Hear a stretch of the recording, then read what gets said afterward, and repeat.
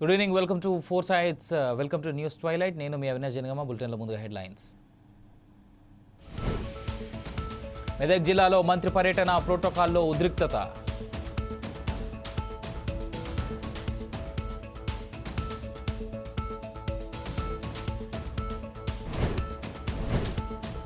Singapore పర్యటనలో Sridhar Babu semi conductor అసోసియేషన్తో సమావేశం.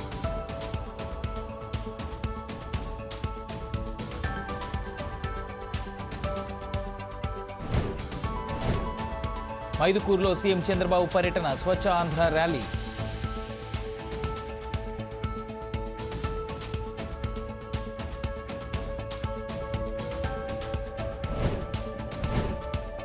జేసీ ప్రభాకర్ రెడ్డికి షాక్, మాకు ఫిర్యాదు చేసిన మాధవీలత.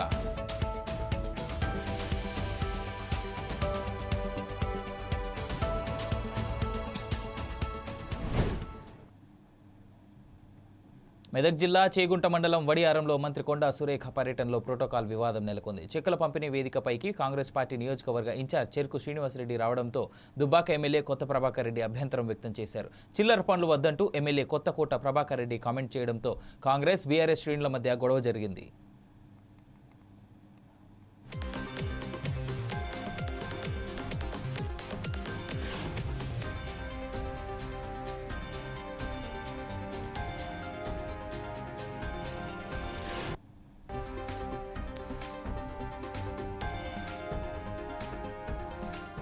మెదక్ జిల్లా చేగుంట మండలం వడియారంలో మంత్రి కొండా సురేఖ పర్యటనలో ప్రోటోకాల్ వివాదం నెలకొంది. చెక్కుల పంపిణీ వేదికపైకి కాంగ్రెస్ పార్టీ నియోజకవర్గ ఇన్ఛార్జ్ చెరుకు శ్రీనివాసరెడ్డి రావడంతో దుబ్బాక ఎమ్మెల్యే కొత్త ప్రభాకర్ రెడ్డి అభ్యంతరం వ్యక్తం చేశారు.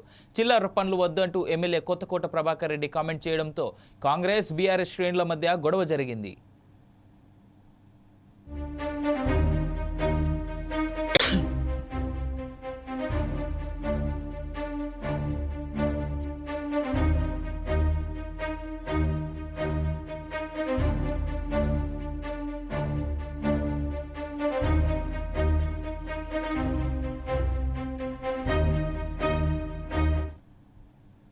అనంతపురం జిల్లా తాడిపత్రి మున్సిపల్ చైర్మన్ జేసీ ప్రభాకర్ రెడ్డిపై సినీ నటి మాధవీలత మాకు తెలుగు ఫిల్మ్ ఛాంబర్కు ఫిర్యాదు చేశారు.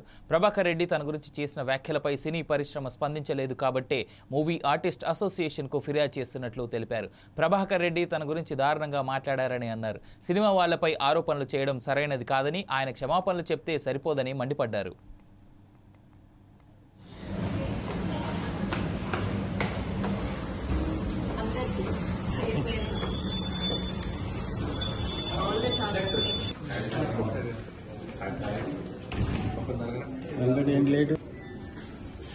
సతీష్ నాగర్ పంపు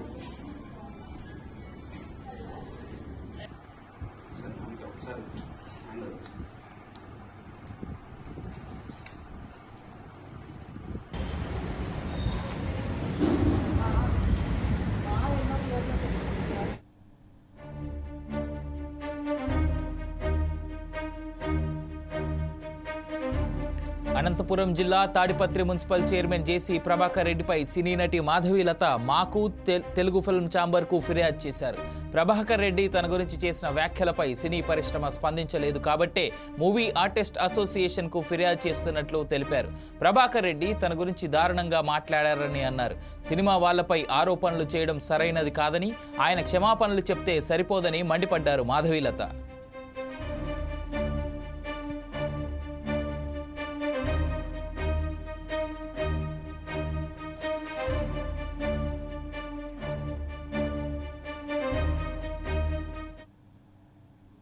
సింగపూర్ పర్యటనలో ఉన్న తెలంగాణ మంత్రి శ్రీధర్ బాబు సెమీ కండక్టర్ అసోసియేషన్తో సమావేశమయ్యారు. ఆ పరిశ్రమల ప్రతినిధులతో చర్చించారు. రాష్ట్రంలో పెట్టుబడి అవకాశాలపై వివిధ సంస్థల ప్రతినిధులతో మాట్లాడారు. సమావేశంలో SSIA chairman Brian Tan, vice chairman Tan Yu Kang పాల్గొన్నారు. తెలంగాణలో సెమీ కండక్టర్ పరిశ్రమకు అనుకూలమైన పరిస్థితులు శ్రీధర్ బాబు వివరించారు. రాష్ట్రంలో ఉన్న పారిశ్రామిక వాతావరణం, ప్రపంచ పెట్టుబడిదారులకు ప్రభుత్వం అందించే ప్రోత్సాహకాలను తెలియజేశారు.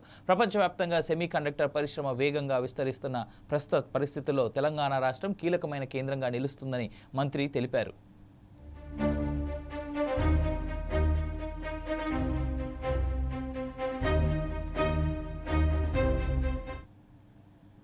రేపల్లెలో మంత్రి అనగాని సత్యప్రసాద్ విలేకరులతో మాట్లాడుతూ విశాఖ ఉక్కు పరిశ్రమకు కేంద్ర ప్రభుత్వం 11,000 కోట్ల రూపాయలకు పైగా ప్యాకేజీ ప్రకటించడం ఆహ్వానించదగిన పరిణామమని మంత్రి అనగాని అన్నారు. నష్టాల్లో ఉన్న విశాఖ ఉక్కు పరిశ్రమను గట్టెక్కించేందుకు ఆర్థిక సహాయం చేసిన ప్రధాని మోదీకి కృతజ్ఞతలు తెలిపారు.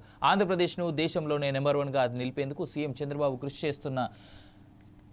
చేస్తున్న దానికి మోదీ ప్రభుత్వం అండగా ఉండడం సంతోషాన్ని కలిగిస్తోందన్నారు. కేంద్ర ప్రభుత్వ సహాయం సహకారాలతో రాష్ట్రానికి జీవనడి అయిన పోలవరం ప్రాజెక్టు డయాఫ్రమ్ వాల్ నిర్మాణం తిరిగి ప్రారంభమవుతోందన్నారు. రాష్ట్రాన్ని పూర్తిగా కరువు రహిత ప్రాంతంగా మార్చేందుకు చంద్రబాబు తలపెట్టిన నదుల అనుసంధాన ప్రాజెక్టు బక్కినచెర్లకు కూడా కేంద్ర ప్రభుత్వం సహాయం చేస్తుందని అన్నారు. చాలా సంతోషం. కూటమి ప్రభుత్వం ఏర్పడిన తర్వాత ఎలాగైతే బీజేపీ పరిపాలిత రాష్ట్రాల్లో అభివృద్ధి చెందుతుంది, దాని ధీటుగా ఆంధ్ర రాష్ట్రం కూడా అభివృద్ధి అవ్వటం, చంద్రబాబు నాయుడు గారి నాయకత్వంలో ఈ పునర్నిర్మాణం ఇంకా వేగవంతం అవ్వాలని చెప్పేసి ఏదో ఒక సంకల్పంతో చంద్రబాబు నాయుడు గారు, పవన్ కళ్యాణ్ గారు, లోకేష్ గారు పనిచేస్తూ ఉన్నారు. వారి యొక్క ఆలోచనని కూడా బీజేపీ అధిష్టానం కూటమిలో భాగంగా పూర్తి సహకరిస్తూ ఈ రాష్ట్రాన్ని అగ్రస్థానం తీసుకెళ్లి దిశగా పనిచేస్తూ ఉన్నారు. అందుకని మనం చూస్తూ ఉన్నాం, పోలవరంకి మనం ఈరోజు డయాఫ్రామ్ వాళ్ళు ఉదయాన్నే శంకుస్థాపన మళ్ళీ రీస్టార్ట్ అయింది. ఏదైతే గతంలో ఫేజ్ 1, ఫేజ్ 2 అని చెప్పేసి గత ప్రభుత్వం అబద్ధాలు చెప్పేసి పోలవరాన్ని నిర్వీర్యం చేసిందో, డయాఫ్రామ్ వాళ్ళు ఆపేసి దాన్ని డ్యామేజ్కి అయిందో, ఇవన్నీ కూడా ఈరోజు మళ్ళా కూటమి ప్రభుత్వం దాంట్లో పోలవరం అనేది, ఎందుకంటే ఈ రాష్ట్రానికి అది జీవనాడి, అది మళ్ళీ స్టార్ట్ అవుతుంది ఈ రోజునే. అలాగే నిన్న మనం చూసాం, ఎప్పటి నుంచో తెలుగువాడి యొక్క ఆత్మగౌరవం, అలాగే ఆలోచన, అలాగే ఎంతో కష్టం తీసుకున్న విశాఖ ఉక్కు, దానికి కూడా మన 11,000 పైచిలుకు కోట్ల రూపాయలు కూడా వాళ్ళు ఇవ్వటం. ఎందుకంటే అయితే లాసెస్లో ఉందో దాన్ని రివైవ్ చేసి మళ్ళా పూర్తిగా ఆ కార్మికులకు ఇబ్బంది లేకుండా ఉండే విధంగా ఆ 11,000 పైకి చిలుకు ఇవ్వడం నిజంగా చాలా ఆనందదాయకం. వాళ్ళు స్వాగతిస్తూ ఉన్నాం. వాళ్ళకు కూడా అంటే కేంద్ర ప్రభుత్వానికి కూడా ఈ ప్రభుత్వం తరఫున కృతజ్ఞతలు తెలియజేస్తూ ఉన్నాం. ఇలాంటివన్నీ కూడా అంటే కూటమి ప్రభుత్వంలో ఒకరి సహాయంతో ఒకరు తీసుకుని ఈ రాష్ట్రాన్ని అగ్రస్థానం తీసుకెళ్ళడానికి రాబోయే రోజుల్లో కూడా మనం ఏదైతే ప్రాజెక్టులు పెట్టుకుంటున్నాం, ఇప్పుడు ఎన్నో ఇన్వెస్టర్స్ వస్తూ ఉన్నారు మనకి రాష్ట్రానికి. చరిత్రలో ఎప్పుడు ఊహించలేదు ఇంతమంది వస్తారు. కానీ చంద్రబాబు నాయుడు గారు రూపకల్పన చేసిన పాలసీల్లో గ్రీన్ హైడ్రోజన్ కానీ, గ్రీన్ ఎనర్జీ కానీ, ఈ రోజున అలాగే ఇంట్ల మీద పెట్టే విధంగా కూడా ఎస్సీ ఎస్టీలకి అయితే 2 యూనిట్లకి మనకి 60,000 సబ్సిడీ ఇవ్వడం కానీ, మన నార్మల్ హౌస్ కూడా, ఎందుకంటే సూర్యఘర్ కింద మనం పెట్టుకోవడం నిజంగా చాలా చాలా ఆనందదాయకం. ఇలాంటి అన్ని స్కీమ్స్ కూడా క్షేత్రస్థాయిలో మనం. గుంటూరు జిల్లా తాడికొండ నియోజకవర్గంలో నందమూరి తారక రామారావు 29వ వర్ధంతి వేడుకలు ఘనంగా నిర్వహించారు. తాడికొండ గ్రామంలో ఎన్టీఆర్ ట్రస్ట్ వారి సహకారంతో రక్తదాన శిబిరం కార్యక్రమం నిర్వహించారు. ఈ కార్యక్రమంలో వాసిరెడ్డి జయరామయ్య, డాక్టర్ కమలశ్రీ పాల్గొని ప్రారంభించారు. ఈ శిబిరంలో పాల్గొని రక్తదానం చేసిన యువతకు సర్టిఫికెట్లు ఇచ్చి మీరు రక్తదానం చేసి మరొకరి ప్రాణాన్ని కాపాడుతున్నారని కొనియాడారు. వర్ధంతిని పురస్కరించుకొని రావి చెట్టు సెంటర్ వద్ద అన్నదాన కార్యక్రమం నిర్వహించారు.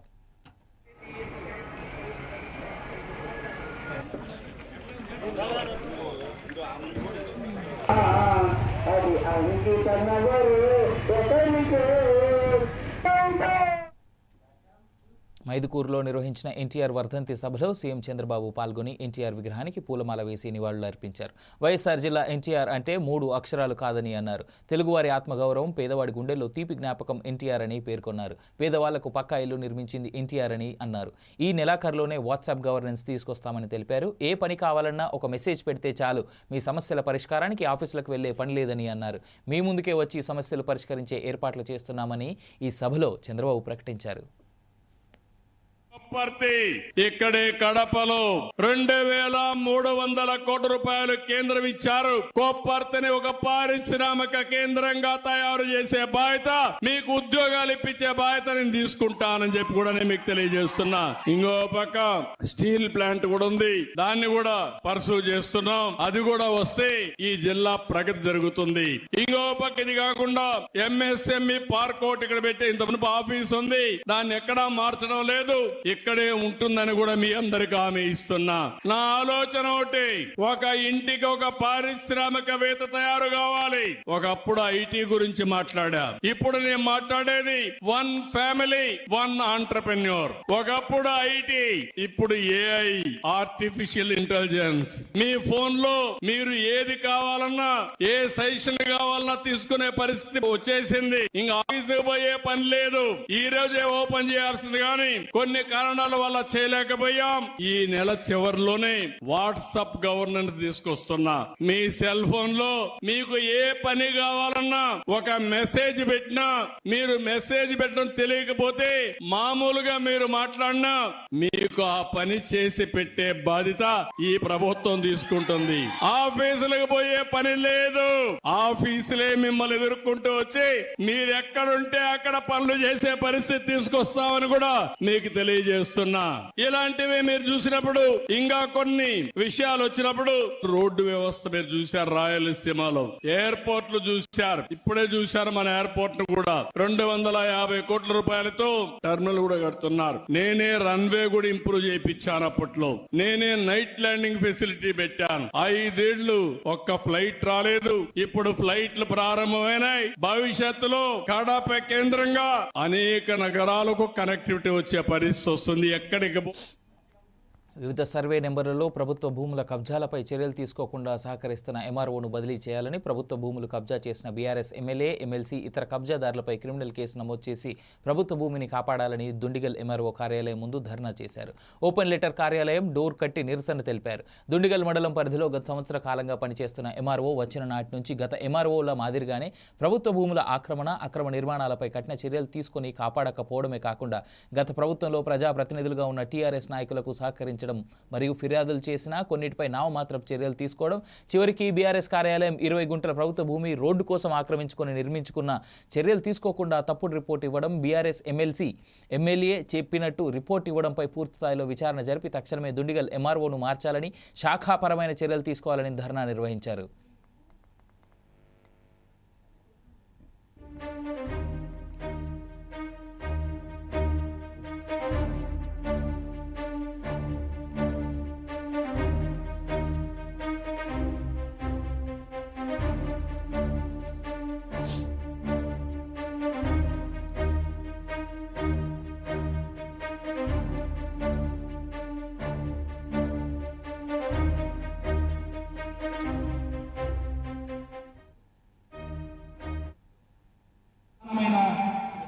రెండు సమస్యల పైన ధర్నా చేయడం జరుగుతుంది.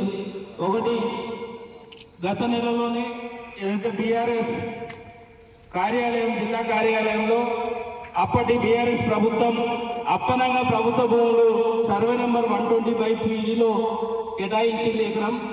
ఎకరం కేటాయిస్తే వాళ్ళ అత్తగారి జాగలాగా ఏమి ఇష్టం ఉన్నట్టు ప్రభుత్వ భూములకి రోడ్లు వేసుకొని నార్త్ ఈస్ట్ కార్నర్ కేసీఆర్ లాగా ఇక్కడ స్థానికంగా ఉన్న ఎమ్మెల్యే, ఎమ్మెల్సీ కలిసి 10 గుంటల 12 గుంటల రోడ్డు ప్రభుత్వ భూమి వేసుకుంటాడు.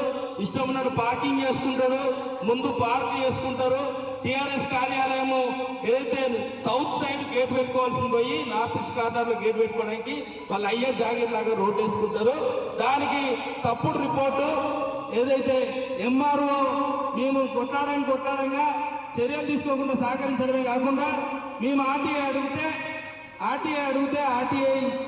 ఆర్టీఐ కూడా ప్రభుత్వ భూమిలో ఏం కట్టలేదు. వాళ్ళు అయ్యే జాగిరా మరి ప్రభుత్వ భూమిలోకి వెళ్ళి 12 గుంటల రోడ్ వేసుకొని నార్త్ ఈస్ట్ కార్నర్లో గేట్ పెట్టుకోవడానికి. మరి అదే త్రిపుర ల్యాండ్ మార్క్ వాళ్ళు ప్రభుత్వ భూమిలో రోడ్ వేసుకుంటే కూలగొట్టే ఎంఆర్ఓ కమిషనరు మరి బీఆర్ఎస్ కార్యాలయంలో దర్జాగా అత్తగారు సొమ్ములాగా రోడ్ వేసుకుంటే చర్యలు తీసుకోకుండా ఇప్పటికి కూడా సహకరిస్తూ ఆర్టీఐ ద్వారా సమాచారం అడిగితే కబ్జా లేదని ఇచ్చిన వైఖరికి నిరసనగా, అదే విధంగా ఏదైతే దుండిగల్లో ఉందో దుండిగల్ మండలంలో 12 సర్వే నెంబర్లలో ప్రభుత్వ భూములు మైదుకూరులో స్వచ్ఛాంధ్ర ర్యాలీలో సీఎం చంద్రబాబు పాల్గొన్నారు. ఇప్పుడు లైవ్ చూద్దాం. కావాల్సిన మెటీరియల్ తయారు చేయొచ్చు, అనేక లాభాలున్నాయి. ఇంకో పక్కన మళ్ళీ దాన్ని రీసైక్లింగ్లో ప్లాస్టిక్ అంతా కూడా మళ్ళీ ఇచ్చేసి మళ్ళా ప్లాస్టిక్ బ్యాగులు కూడా తయారు చేసుకునే పరిస్థితి ఉంది. ఏది కూడా వేస్ట్ కాదు. వేస్ట్ అనుకుంటే మనం వేస్ట్ అయిపోతాం, అంటే మన ఆరోగ్యాలు పోతాయి.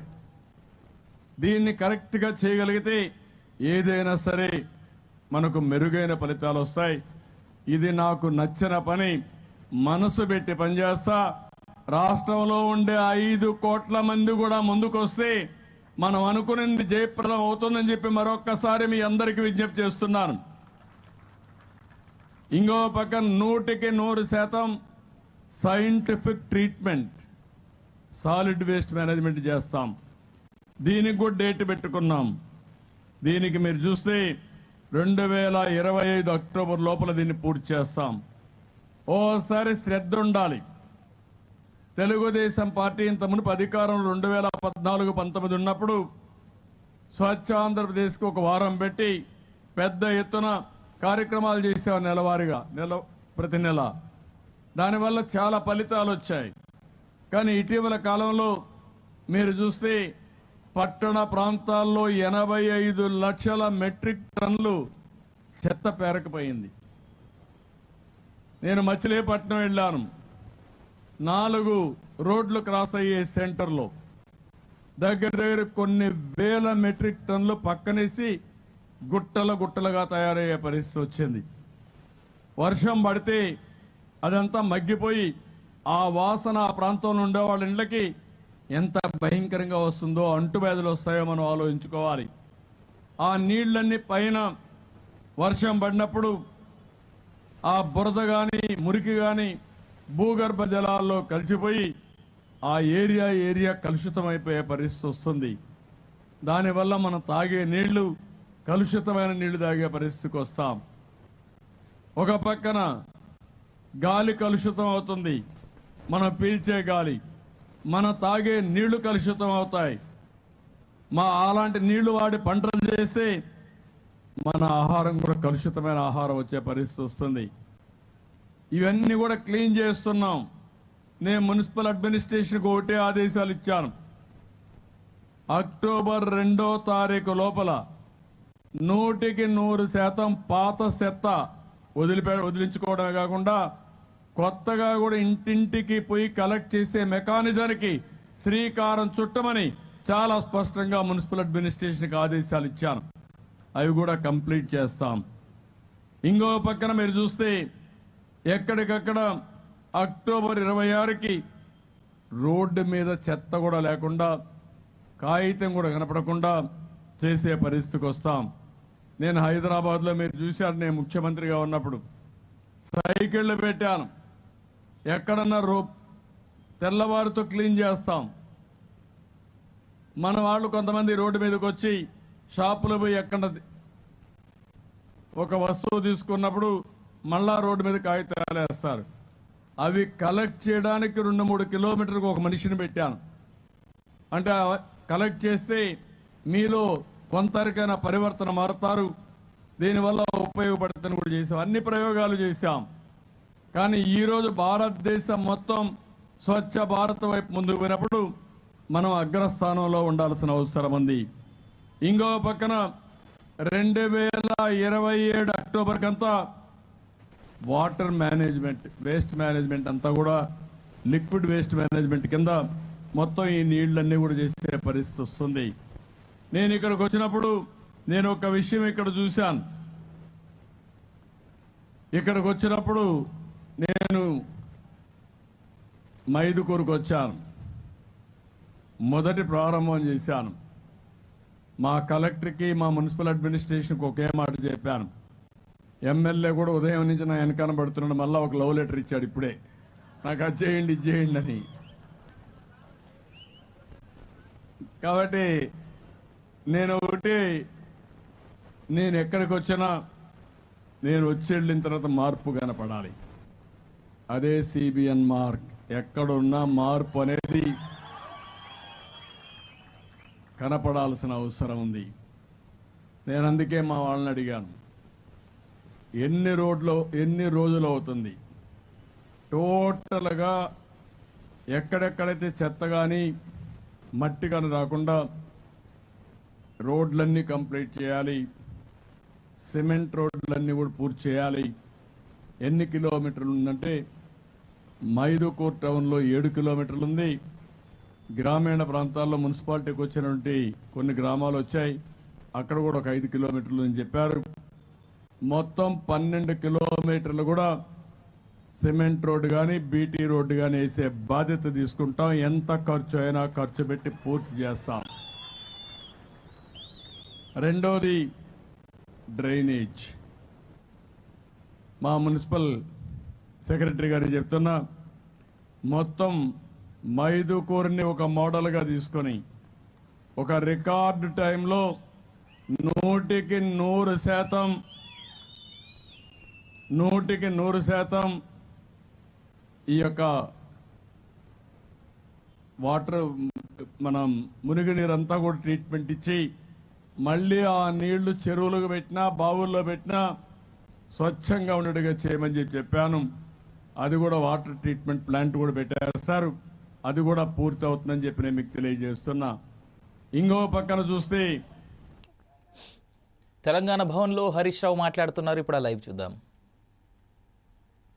6 పైసలు ఎగబెట్టేది 94 పైసలు. 94% మందికి ఎగబెడుతున్నావు. 6 పైసలకి ఇచ్చిగా నేను పథకం అమలు చేసిన అంటే నువ్వు పేదలకు మేలు చేస్తున్నట్ట, మోసం చేస్తున్నట్ట? ఇప్పుడు ఈ ఉపాధి హామీలో ఇంకోటి ఉంటుంది బైసాబ్, 60 ఏళ్ళు దాటితే ఈజీఎస్ కార్డు ఉండదు. మరి వాడైతే ఊళ్ళో కూలికి పోతుండు కదా. 60 ఏళ్ళు నిండినాయి అంటే వాడి పొట్ట ఎట్లా గడవాలి? నేను ముసలోడినైనా 60 ఏళ్ళు అయినా అంటే పొట్ట గడుస్తుందా? నాట్లు వేస్తేందుకు నాట్లకు పోతారు, దుక్కి దున్నడానికి పోతారు, రకరకాల వ్యవసాయ పనులకు పోతుంటారు. ఇప్పుడు ఆ ఈజీఎస్ కార్డు లేదు కనుక నువ్వు వ్యవసాయ కూలీవి కాదు, నీకు ఇయ్యం. నువ్వు మట్టి పనికి పోతలే, ఊళ్ళో 20 రోజులు తక్కువ పోయినావు, నీకు ఇయ్యం. వారికి రోగం వచ్చే, జ్వరం వచ్చే, నొప్పి వచ్చే పోకపోవచ్చు. కొంతమంది ఉపాధి హామీ పనికి పోరు, వ్యవసాయ పనులకే ఎక్కువ పోతుంటారు. జనరల్గా వ్యవసాయ పనులలో 600, 700 కూడా ఇస్తున్నారు. ఇవాళ రేపు 500 కూడా ఇస్తున్నారు. ఈజీఎస్ పోతే 300 అంటారు, కానీ వచ్చేది 150, 200 వస్తున్నది. నువ్వు ఈజీఎస్కు పోలేదు కనుక, నువ్వు వ్యవసాయ కూలికి పోయినావు కనుక నీకు ఇయ్యమంటే ఎట్లను? ఈజీఎస్ అని నిబంధన ఎక్కడిది? Why are you linking with EGS? నువ్వు ఊళ్ళోకి పోయి ఆయన కూలికి పోయిండా లేదా, వ్యవసాయ కూలా కాదా చెక్ చేయి. నువ్వు అసలు గ్రామంలో చర్చ లేదు, గ్రామంలో పరిశీలన లేదు, సెక్రటరియట్లో తయారు చేసినారు. వ్యవసాయ కూలీల లిస్ట్ ఎక్కడ తయారు కావాలి? గ్రామంలో తయారు కావాలి. కానీ మీరు హైదరాబాద్లో కూర్చొని సెక్రటరియట్లో కంప్యూటర్లో తయారు చేసినారు. ఉపాధి హామీ కూలీల లిస్టు తీసుకొని అందులో 20 రోజులు పనిచేసిన వాళ్ళని తీసుకొని గుంట భూమి ఉన్నోడిని తీసేసి 1 కోటి మందిని 6 లక్షలకు తెచ్చిండ్రు. ఇది పూర్తిగా పేదల నోరు కొట్టడం. ఎస్సీ, ఎస్టీ, బీసీలు ఎక్కువ మంది కూలీలుగా పనిచేస్తారు. నేను అడుగుతున్న రేవంత్ రెడ్డి గారు, దళిత గిరిజన బీసీల నోర్లు కొట్టడానికి నీకు చేతులు ఎట్లొచ్చినాయి? గీ పథకంలో కూడా కోతలు కోస్తావా? రుణమాఫీ ఎగ్గొట్టినావు. నీ పుణ్యమాని ఇవాళ రైతు పాపం ఆత్మహత్య చేసుకున్నాడు. ఆయన పేరు ఇవాళనే ఆదిలాబాద్ జిల్లా బేల మండలానికి చెందినటువంటి ఒక రైతు ఆత్మహత్య చేసుకున్నాడు. నిజంగా అది రేవంత్ రెడ్డి ప్రభుత్వం యొక్క హత్య. అది హైడ్రా కమిషనర్ రంగనాథ్ కుత్బుల్లాపూర్ నియోజకవర్గంలో పర్యటించారు. జగద్గిరిగుట్ట డివిజన్లోని వెంకటేశ్వర దేవాలయం గుట్ట భూమి కబ్జాకు గురి అవుతోందని ఫిర్యాదు రావడంతో స్థలాన్ని పరిశీలించారు. కుత్బుల్లాపూర్ రెవెన్యూ అధికారులపై తీవ్ర ఆగ్రహం వ్యక్తం చేశారు. స్థానికంగా ఉన్న నేతలపై కేసులు బుక్ చేయాలని పోలీసులను ఆదేశించారు. కుల సంఘాల పేరుతో కొంతమంది భూములను కబ్జా చేస్తున్నట్లు వచ్చిన ఆరోపణలపై దర్యాప్తు చేయాలని కమిషనర్ ఆదేశించారు.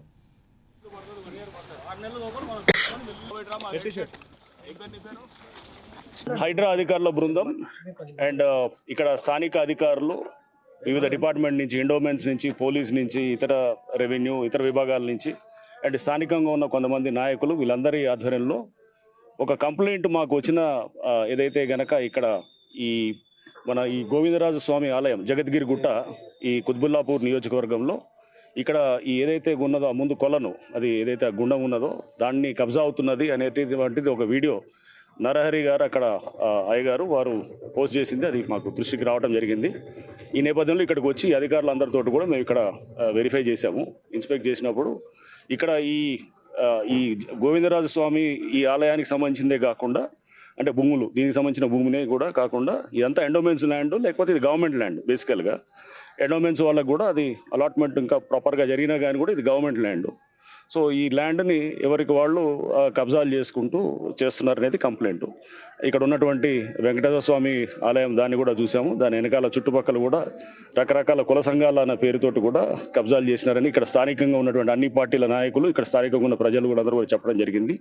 సో చేసి వాళ్ళు ఇది కొంతమందిని ఇల్లులు కట్టి వాళ్ళు ఎవరో పేదవాళ్ళకనో లేదా మధ్యతరగతి వాళ్ళకి అమ్ముతున్నారు. దాని వెనకాల ఉన్నటువంటి రాజకీయ నాయకులు కూడా వాళ్ళ పేర్లు కూడా చెప్పడం జరిగింది. దాని అన్నింటినీ కూడా మేము పరిశీలించాము. బుధవారం రేపు వీళ్ళందరితో కూడా మీటింగ్ పెడతాము. డీటెయిల్స్ అన్నీ తీసుకున్న తర్వాత మేము తప్పకుండా చట్టపరంగా అంటే ఎక్కడైతే నోటీసులు ఇవ్వాలో అక్కడ నోటీసులు ఇస్తూ మేము వారికి మొత్తం ఈ భూమి ఏదైతే ఆక్రమించుకున్నారో కాంపౌండ్ వాల్స్ కట్టి లేకపోతే ఈ గుండాన్ని ఏదైతే కనుక ఆక్రమించినా దాన్ని కూడా తప్పకుండా యథాస్థితికి తీసుకొస్తాం. అండ్ ఈ కాంపౌండ్ వాళ్ళు ఎన్నిటి కూడా ఏదైతే వాళ్ళు ఆక్రమించుకుంటూ తీసుకొచ్చారో అవి కూడా తప్పకుండా వాటిని కూడా తీసివేయడం జరుగుతుంది. అండ్ ఏదైతే కనుక కొన్ని కుల సంఘాలు మహబూబ్ నగర్ నియోజకవర్గంలో పేద విద్యార్థులు ఆర్థిక పరిస్థితుల వల్ల విద్యకు దూరం అవుతున్నారని నెపంతో తాను ఎమ్మెల్యేగా గెలిచిన తర్వాత ప్రజాప్రభుత్వంలో కలెక్టర్ ఆధ్వర్యంలో విద్యానిధిని స్థాపించామని ఎమ్మెల్యే ఎన్ఎం శ్రీనివాసరెడ్డి అన్నారు. విద్యానిధికి నియోజకవర్గంలోనే కాకుండా ఉమ్మడి జిల్లా నుంచి మంచి స్పందన లభిస్తోందని తెలిపారు. తమ ప్రభుత్వాలు చేస్తున్న సంక్షేమ పథకాల వల్ల ఇంకా 20 సంవత్సరాలు కాంగ్రెస్ ప్రభుత్వమే అధికారంలో ఉంటుందని అన్నారు. విద్యానిధి కూడా రానున్న కాలంలో పేద ప్రతిభ కలిగిన విద్యార్థుల చదువుకు దోహదపడుతుందని అంటున్న ఎమ్మెల్యే ఎన్ఎం శ్రీనివాసరెడ్డితో మా ప్రతినిధి చందు ఫేస్ టు ఫేస్. అదేవిధంగా ఆర్థికంగా వెనుకబడిన విద్యార్థుల కోసం మా వినూత్నమైనటువంటి కార్యక్రమం అయితే మహబూబ్నగర్ ఎమ్మెల్యే ఎన్ఎం శ్రీనివాసరెడ్డి ప్రవేశపెట్టినని చెప్పుకోవచ్చు. అయితే మన దగ్గర స్థానిక ఎమ్మెల్యే ఎన్ఎం శ్రీనివాసరెడ్డి ఉన్నారు. మరలా సార్, ఈ యొక్క విద్యానిధి యొక్క ముఖ్య ఉద్దేశం ఏంటి సార్? ముఖ్యంగా మా నియోజకవర్గంలో ఎంతోమంది పేద విద్యార్థులు ప్రభుత్వ పాఠశాలలో చదువుకుంటూ ఉన్నారు. వాళ్ళ తల్లిదండ్రులు ఆటో నడుపుకుంటున్నో కూలికి పోతున్నో అటు ఇటుక బట్టీలల్లో పనిచేస్తున్నో లేకుంటే వివిధ షాపులల్లో పనిచేస్తున్నో వాళ్ళు జీవనం గడుపుతూ ఉన్నారు. వాళ్ళు పిల్లల విద్య మీద అంత శ్రద్ధ చూపకపోవచ్చు లేదా ఆర్థిక పరిమితులు ఉండొచ్చు వాళ్ళకు. సో అటువంటి విద్యార్థులందరినీ కూడా ఐడెంటిఫై చేసి ప్రతిభ ఉన్న విద్యార్థులకు స్కాలర్షిప్ రూపకంలో ఇవ్వడం, అలాగే పాఠశాలల్లో మౌలిక వసతులు ఇప్పుడు ప్రభుత్వం తరఫున కల్పిస్తూ ఉన్నాం. అయినా సరే ఎక్కడెక్కడైతే గ్యాప్స్ ఉంటున్నాయో ఒక లైబ్రరీ ఏర్పాటు చేయడమా, టాయిలెట్స్ ఏర్పాటు చేయడమా, లేకుంటే ఒక డిజిటల్ బోర్డు ఏర్పాటు చేయడమా, లేకుంటే ఒక విద్యా వాలంటీర్ని పెట్టడమా, ఇటువంటివన్నీ కూడా వాటన్నిటిని కూడా పరిశీలించి ఎక్కడ మేము సాయం చేయగలుగుతాం వాళ్ళకు అని చెప్పి విద్యానిధి ద్వారా చేయాలని ఒక ఆలోచన ఇచ్చింది. చాలా బ్రహ్మాండంగా స్పందన వస్తూ ఉంది పట్టణ ప్రజల నుంచి. కలెక్టర్ గారు, ఎస్పీ గారు, మిగతా ఉన్నతాధికారులు కూడా మా వంతుగా కూడా మేము విద్యానిధికి సపోర్ట్ చేస్తాం, కంట్రిబ్యూట్ చేస్తామని అంటూ ఉన్నారు. ఒక మంచి ఉద్దేశంతో ఈ విద్యానిధి కార్యక్రమాన్ని మొదలుపెట్టుకున్నాం. నాకు నమ్మకం ఉంది. ఒక టార్గెట్ కూడా పెట్టుకున్నాం. ప్రతి సంవత్సరం 2 కోట్ల రూపాయలు విద్యానిధి ద్వారా పేద పిల్లల విద్య కోసం ఖర్చు పెట్టాలి, పాఠశాలల కోసం ఖర్చు పెట్టాలి. ఈ రాబోయే 4 సంవత్సరాల్లో దాదాపుగా 10 కోట్ల రూపాయలు విద్యానిధి ద్వారా సేకరించి వాటిని ఖర్చు పెట్టాయి మన విద్యా ప్రమాణాలని మా నియోజకవర్గంలో పట్టణంలో పెంచాలని చెప్పి ఒక ఆలోచన ఉంది. రానున్న రోజుల్లో అయితే పరిపాలన ప్రజల తీర్పు తర్వాత కేవలం 4 సంవత్సరాలే ఈ యొక్క విద్యానిధి ఉండబోతుందా? పరిపాలన మారిన తర్వాత కూడా ఉండబోతుందా? మాకు తెలిసి మేము చేస్తున్న సంక్షేమ కార్యక్రమాలు చూసి ప్రజలు ఆదరిస్తున్న తీరును బట్టి ఇంకో 20 సంవత్సరాల దాకా కాంగ్రెస్ ప్రభుత్వమే ఉంటుంది ఇక్కడ అనేది మేము అనుకుంటా ఉన్నాం. వాటన్నిటిని పక్కన పెట్టి ఇది ఒక వ్యక్తి కంట్రోల్లోనో వ్యక్తి చేతుల్లో ఉండేలాగా ఏర్పాటు చేయలే. ఇది ఎప్పటికో 50 సంవత్సరాల పాటు ఈ విద్యానిధి అనేది ఉండాలి. కొన్ని వేల మంది విద్యార్థుల జీవితాలను బాగు చేయాలా, వాళ్లకు సపోర్ట్గా ఉండాలనే ఆలోచనతోటి కలెక్టర్ గారి ఆధ్వర్యంలో ఈ నిధిని పెడతా ఉన్నాం. సో ఎమ్మెల్యేలు ఎవరున్నా కలెక్టర్లు కూడా ఇస్తాము. ప్రతి గవర్నమెంట్ పాఠశాలలో ఒక డిజిటల్ బోర్డు ఉండేటట్టుగా దాని ద్వారా అధ్యాపకులకు శిక్షణ ఇచ్చి దానికి మంచి కంటెంట్ వాళ్ళకి ఇచ్చి వాటి ద్వారా పిల్లలకు మంచి విద్యను కార్పొరేట్ స్థాయి కంటే మించిన విద్యను మన పిల్లలకు వారి ఆలోచనలకు అనుగుణంగానే ఇక్కడ ఎమ్మెల్యేలం కానీ జిల్లా అధికారులం కానీ మేము పనిచేస్తూ ఉన్నాం. సో మొత్తానికి ఇది ఏది ఏమైనప్పటికీ కూడా విద్యానిధి ద్వారా పేద మధ్యతరగతి విద్యార్థులకు కూడా మేలు చేకూరపోతుంది. అదేవిధంగా రానున్న 20 సంవత్సరాలు కూడా కాంగ్రెస్ ప్రభుత్వం అధికారంలో ఉంటుంది. ఈ అధికారం ద్వారా మధ్యతరగతి అయితే ఏదైతే వలసల జిల్లాగా చెప్పుకున్నటువంటి మహబూబ్నగర్ జిల్లాలో ఎవరు కూడా పేదగా ఉన్నటువంటి విద్యార్థులు ఎక్కడ కూడా చదువుకునే పరిస్థితి లేకపోవడం వల్ల ఈ విద్యానిధిని ఏర్పాటు చేశాం. ఈ యొక్క విద్యానిధి కలెక్టర్ ఆధ్వర్యంలో ఉంటుందని వారు తెలియజేసినటువంటి పరిస్థితి కనబడుతుంది. కెమెరా పర్సన్ కుమార్తో చందు, 4 సైజ్ టీవీ. బాపట్ల జిల్లా అద్దంకి నియోజకవర్గంలో ఎన్టీఆర్ 29వ వర్ధంతి వేడుకలు ఘనంగా నిర్వహించారు. జే పంగులూరు మండలం జాగర్లమూడివారి పాలెంలో ఎన్టీఆర్ విగ్రహానికి మంత్రి గొట్టిపాటి రవికుమార్ తదనంతరం పూలమాలలు వేసి నివాళులర్పించారు.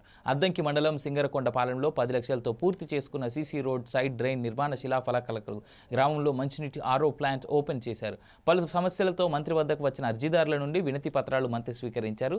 సంబంధిత శాఖల అధికారులకు త్వరగా పూర్తి చేయాలని ఆదేశాలు జారీ చేశారు.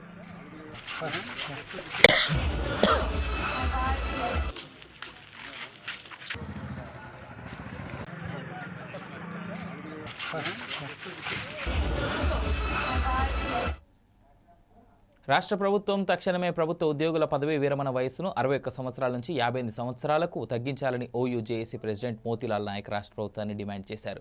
ఉస్మానియా యూనివర్సిటీ వద్ద నిరసన వ్యక్తం చేసి మాట్లాడారు. గతంలో అధికారంలో ఉన్న బీఆర్ఎస్ ప్రభుత్వం రాష్ట్ర ప్రభుత్వ ఉద్యోగుల పదవీ విరమణ వయస్సు 58 సంవత్సరాల నుంచి 61 సంవత్సరాలకు పెంచి ఉద్యోగులపై పనిభారాన్ని పెంచిందని మండిపడ్డారు. ప్రస్తుతం అధికారంలో ఉన్న కాంగ్రెస్ ప్రభుత్వం ఉద్యోగుల పదవీ విరమణ వయస్సును తగ్గించి పనిభారం లేకుండా చూడాలని కోరారు. ముఖ్యంగా పోలీస్ డిపార్ట్మెంట్, ఆర్టీసీ ఉద్యోగులకు పదవీ విరమణ వయస్సును 55 సంవత్సరాలకు తగ్గించాలని డిమాండ్ చేశారు. పదవి విరమణ వయసును తగ్గించడం వల్ల ప్రతి ఏటా 9,000 ఉద్యోగాలను అదనంగా భర్తీ చేయవచ్చని తెలియజేశారు. గత ప్రభుత్వం చేసిన అనాలోచిత నిర్ణయం వల్ల రాష్ట్రంలో నిరుద్యోగులు గాని మిగిలిపోయారని అన్నారు. వయో పరిమితిని పెంచుకుంటూ పోతున్న కొద్దీ ఉద్యోగస్తుల ఆరోగ్య సహకరించాలని తీవ్ర ఇబ్బందులకు గురవుతారని పేర్కొన్నారు. ఏదైతే గత ప్రభుత్వం 58 సంవత్సరాల నుంచి 61 సంవత్సరాలు తీసుకుపోయి దాని ద్వారా పని భారం కల్పించి పని చేస్తున్నటువంటి ఉద్యోగుల మీద పని భారం ఇంకా ఒత్తిడి తీసుకొచ్చే విధంగా ఏదైతే జరిగిందో ఆ యొక్క పని భారం తగ్గించే విధంగా ఈ యొక్క ప్రభుత్వం అడుగులు వేయాలని చెప్పేసి 61 సంవత్సరాల నుంచి 58 సంవత్సరాలకు పదవి విరమణ చేసి దాని ద్వారా ఇటు ఉద్యోగస్తులకు, ముఖ్యంగా ఇటు ఆర్టీసీ ఉద్యోగస్తులు కావచ్చు, ఇటు పోలీస్ డిపార్ట్మెంట్ కావచ్చు, వీళ్ళకు 55 సంవత్సరాలకే చేయాలని చెప్పేసి మేము డిమాండ్ చేస్తూ ఉన్నాం. ఇంకో సైడు ప్రతి ఏటా దీనివల్ల 9,000 ఉద్యోగాలు అనేది భర్తీ చేయొచ్చు. ఈ వయసు పదవి విరమణ వయసు అనేది 58 సంవత్సరాలు తీసుకొస్తే దానివల్ల ప్రతి సంవత్సరం 9,000 ఉద్యోగాలను కల్పించవచ్చు. ఇంత బరువు పడుతుందని చెప్పేసి, ఆర్థిక భారం పడుతుందని చెప్పేసి మీకు కన్వీనియంట్గా మీరు ఈ ఏజ్ని పెంచుకుంటూ పోతూ ఉంటే ఇటు పనిచేసే వాళ్ళు సిద్ధంగా లేరు. ఇటు దాంతోపాటు దానివల్ల ఉద్యోగ అవకాశాలు కూడా ప్రతి సంవత్సరం ప్రతి గవర్నమెంట్ వచ్చినప్పుడల్లా మీరు వయసు పెంచడం వల్ల ఉద్యోగ అవకాశాలు. ఇవి ఇప్పటి వరకు ఉన్న updates. For more updates keep watching Foresights TV.